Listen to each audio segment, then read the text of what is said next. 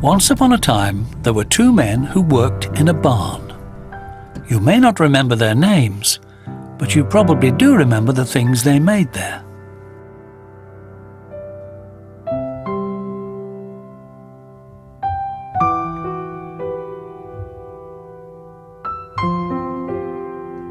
This is a story of pink fur, Meccano and cardboard, 120 seconds a day, and the return to our screens of a Welsh icon.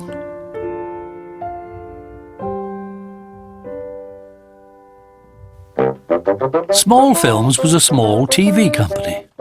So small it had just 2 employees, Oliver Postgate and Peter Firmin.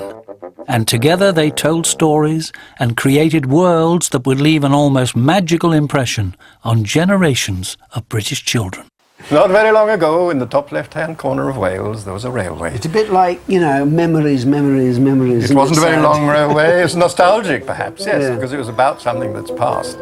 Tea time at 20 to 6, and for 5 minutes each night before the news, children all over the country settled down to watch the adventures of Jones the Steam, Dye Station, and a friendly little engine called Ivor. Well, it's time you and Ivor were off to work. It's Grumbly Gasworks today, don't forget. It's not proper Welsh, you know, it's BBC Welsh. It's a different thing altogether. Came off the Undermilk Wood, that's right, yes. Yes, recording of Undermilk Wood years ago, I heard. Oh, he got away.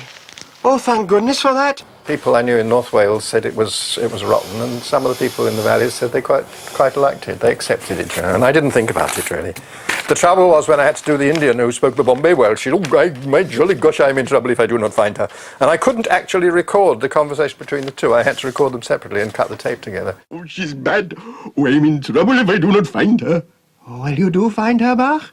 Jump on and hold tight. As in most of their work together, Oliver Postgate wrote the stories, provided some of the voices, and animated the cardboard figures, while Peter Firmin drew all the characters and the backgrounds. Jones the Steam fetched the tongs and hoisted the thing out of the hole. I think my original drawings, especially of the towns and the sort of little groups of houses perched on the hillsides, it was really based upon pictures of Wales that I'd seen. I'd been on holiday even by Cadair Idris, but never really seen these towns.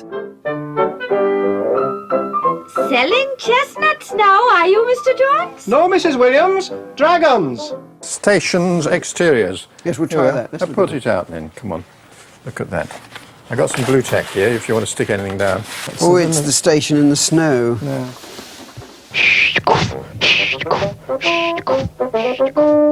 These are the engines. Sometimes I coloured them in, sometimes I got my slaves to do it, my daughters to colour them in. There's Idris asleep. There's a little Welsh dragon called Idris. And there are various heads, bodies. There's a head next to the... Looks rather alarmed there. Good morning, Mr. Dye Station. Bore da. Oh, good morning. Don't shake hands with him, Di. He's red hot. Let's see what Di is like. I don't know how many bits I've got. Oh, there he is. Oh, yes, marvellous. There's Di. He's saying regulations. There must be regulations about that, yes. You know, Jones, there's regulations. Regulations about the conveyance of livestock. So you just pull his head off, and you take the other head, and you tuck it in there, and there's a residual bit of blue tack on his collar inside, and you just press it down, and oh, there may be regulations. You can't do that, isn't it? Come on, Di, run. Run, is it? Oh, I don't know about that. And this is how we manage to get through 120 seconds a day, where most studios get through 10 seconds a day. Never move a mouth. Oh, we haven't had a mouth. We changed the expression. We didn't bother with the mouth. If my expression changed for some reason, I'd take my head completely off and put another one on, you know. Or, I mean, Jones would, you know. Jones the Steam is a sort of central nobody to whom everything happens. I like Dinwiddie, the gold miner. Oh, yes, who yes. said, I know, I've been educated, I've read books. Time was hundreds of years ago when flames and rocks all red hot and boiling flew out of the top of that hill. Like that, and he I'd would say, hold that. Draw it.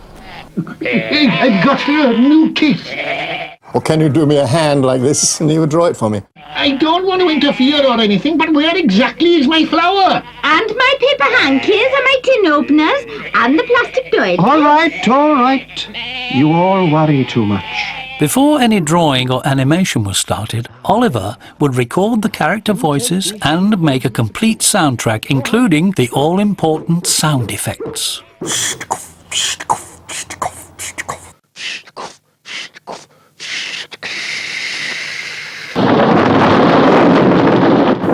Well, the sound department said, how did you get that noise of the coal pouring down onto the tip at the gasworks? I said, well, I took a hod full of coal and I tipped it into... Oh, God, they said, yes, of course, it's much too easy, isn't it?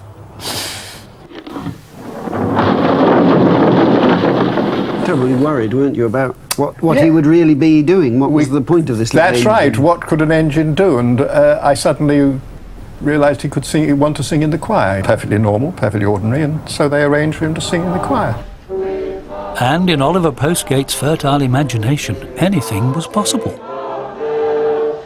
This is there's the seaside, right out there.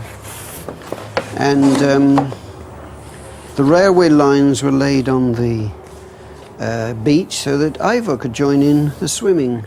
Race you into the sea!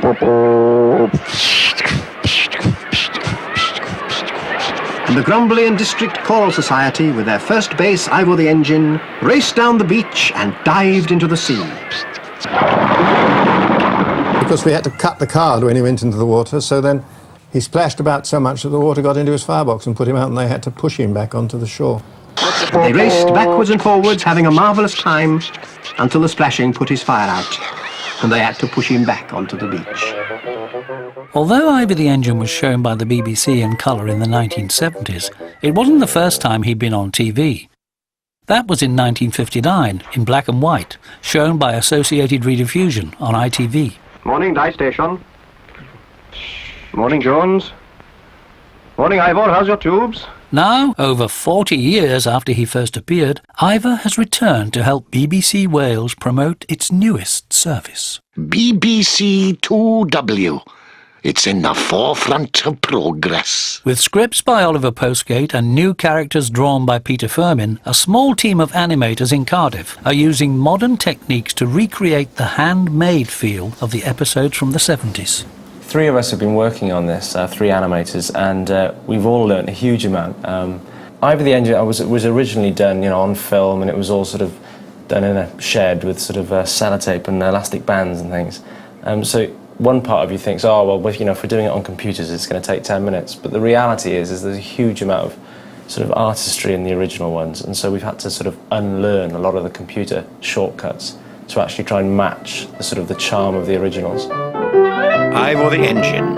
Look, there he is. We went through the scripts for the promos, and where the original artwork existed, that's what we've used, and probably 90% of the artwork is original.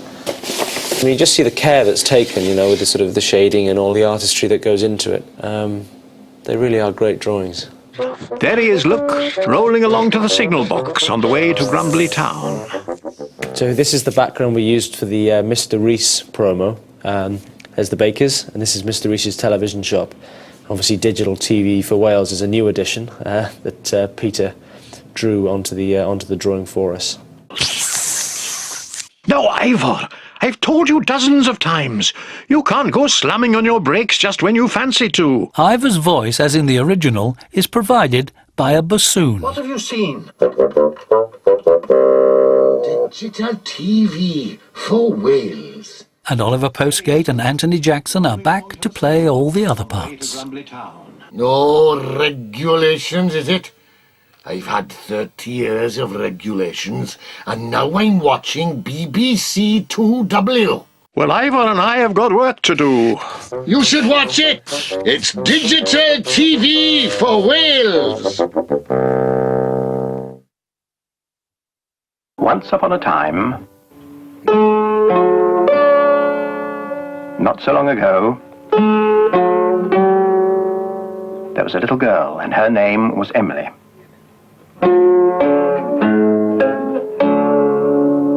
And she had a shop. There it is. Depending on when you were born, a mention of Noggin the Nog or Pogle's Wood might touch a nostalgic nerve.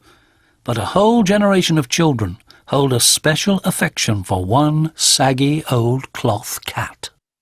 Bagpuss, dear Bagpuss, old fat furry cat puss, Wake up and look at this thing that I bring. Wake up, be bright, be golden and light. Bagpuss, oh hear what I sing.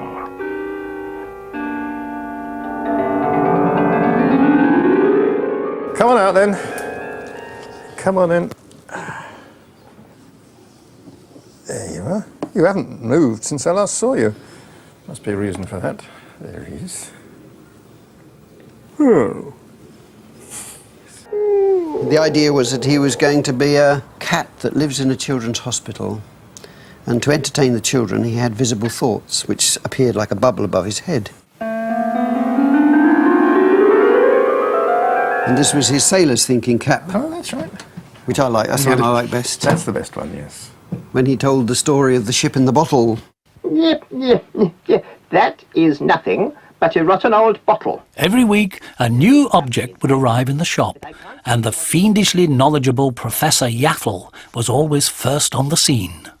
He's got little holes through his toes, and I take this inch tin tack, which is an almost extinct form of ironmongery, and stick it through my thumb, and then he would stay out of balance a little bit. Mind you, his joints have got so rackety over the years, and then I would move him one frame at a time and go back, click, and then click, round, click, click, click, click. He climbed down off his bookend and went to see what it was that Emily had brought.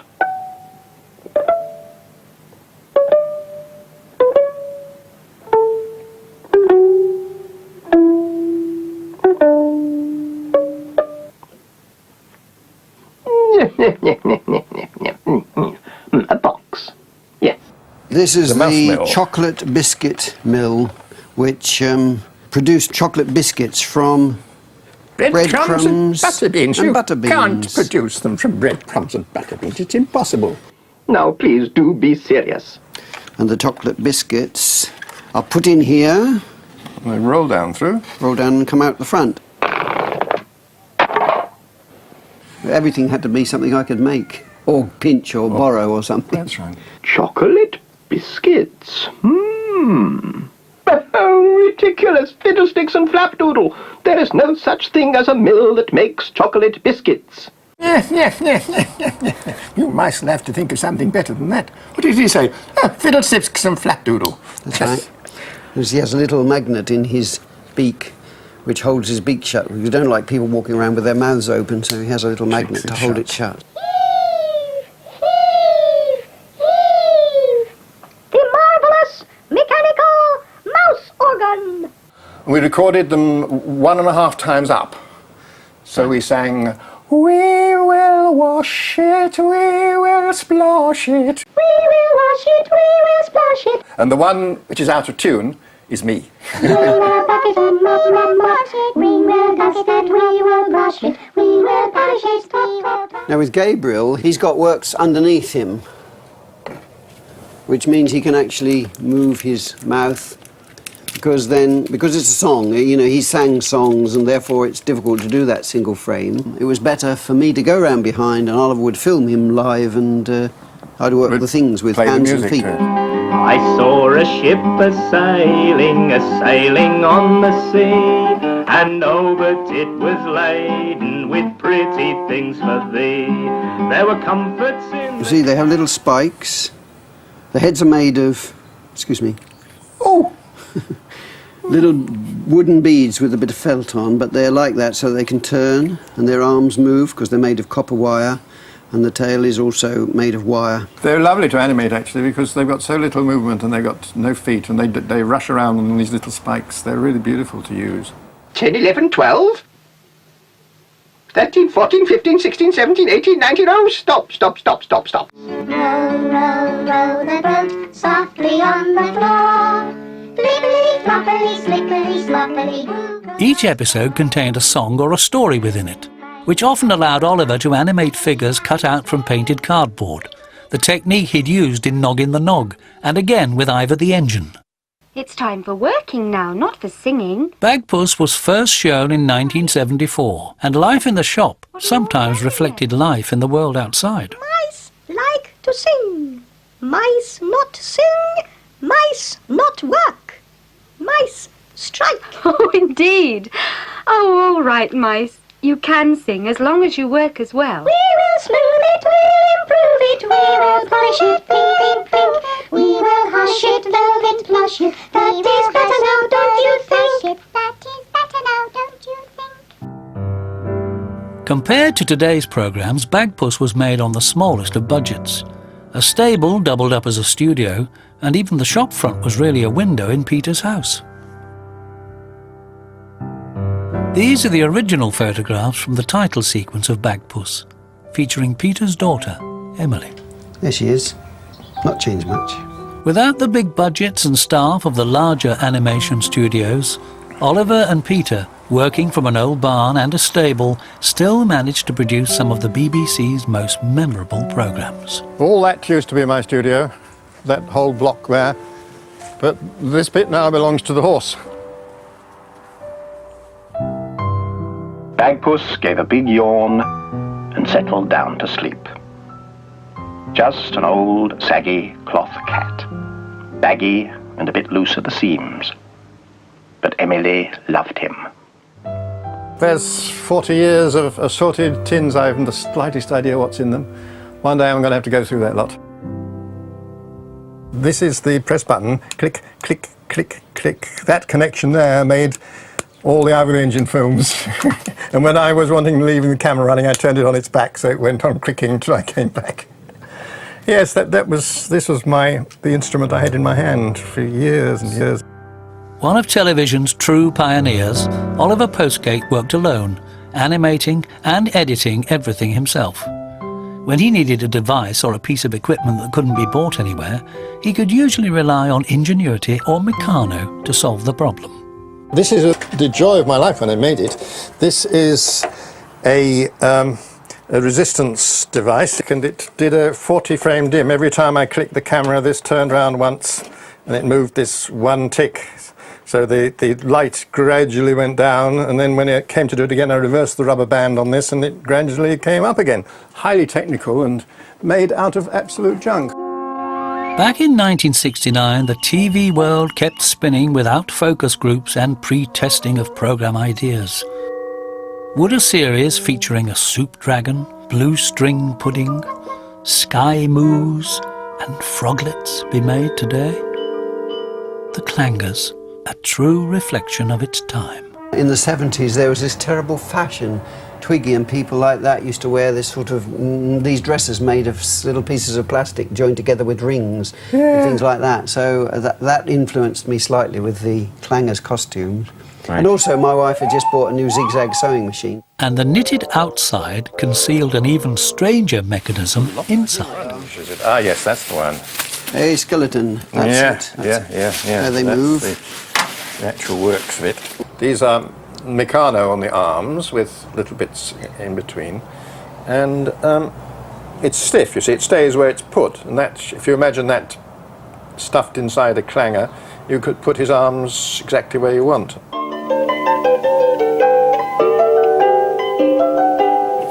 This is the father of the family, Major Clanger, and that's his second wife. His first wife was stolen. The BBC had an exhibition in the 60s of the Clangers as part of their thing. They had them all wired up and, you know, tough security, but someone pinched Mother Clanger.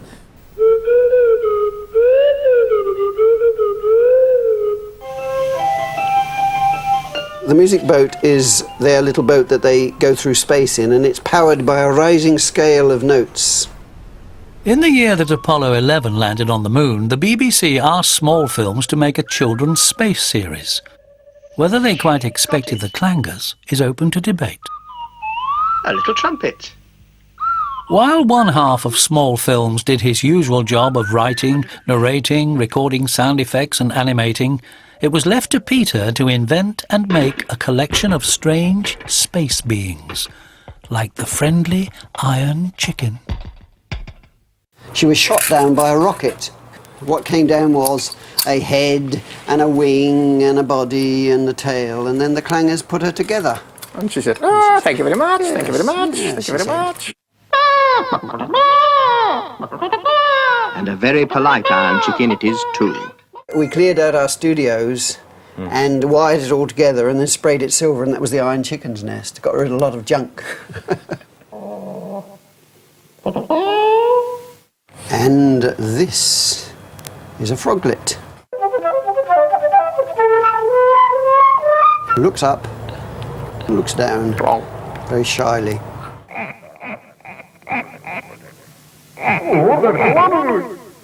That's the soup dragon. She did suffer a bit from molting occasionally when she lost a few scales, but I had to glue them back on again. They're only glued on.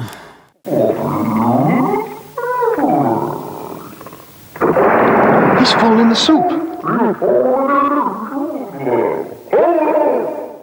People used to say, how did you get the voice of the soup dragon? Well, you had to put a lot of echo over it, so you had to distance. If you know what I mean. It's a swanee whistle. Swanee whistle. And it was written out in full in English, and Stephen Sylvester and I sat opposite each other and we played it onto the tape. And then I had to edit it, which was a very devil, because I couldn't work out what they were saying. So you actually bothered to write out a whole script? Every single word, yes. On one occasion, Oliver was summoned to the BBC to explain a line of the script. Oh, sod it, the bloody thing stuck again. Got into trouble for that. The line is still there in episode 3.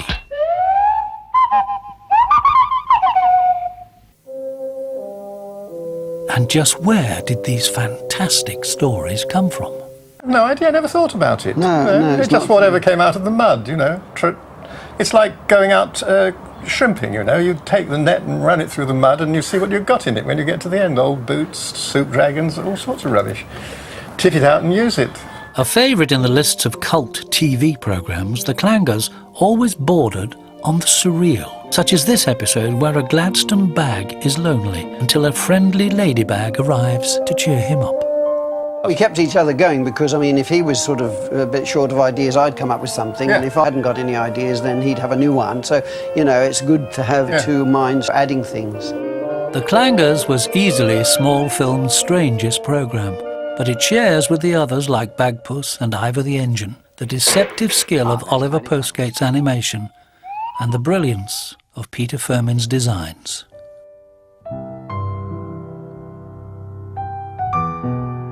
I was supposed to be a real artist. Yeah, I was not supposed to be real anything, so that was all right. Television has moved on from the world of small films, but few programmes have the same power to take us back to a simpler, safer time. I don't think anybody would be foolish enough to do what we did. Well, they wouldn't get away with it if they did, because we were part of the primitive origins of television.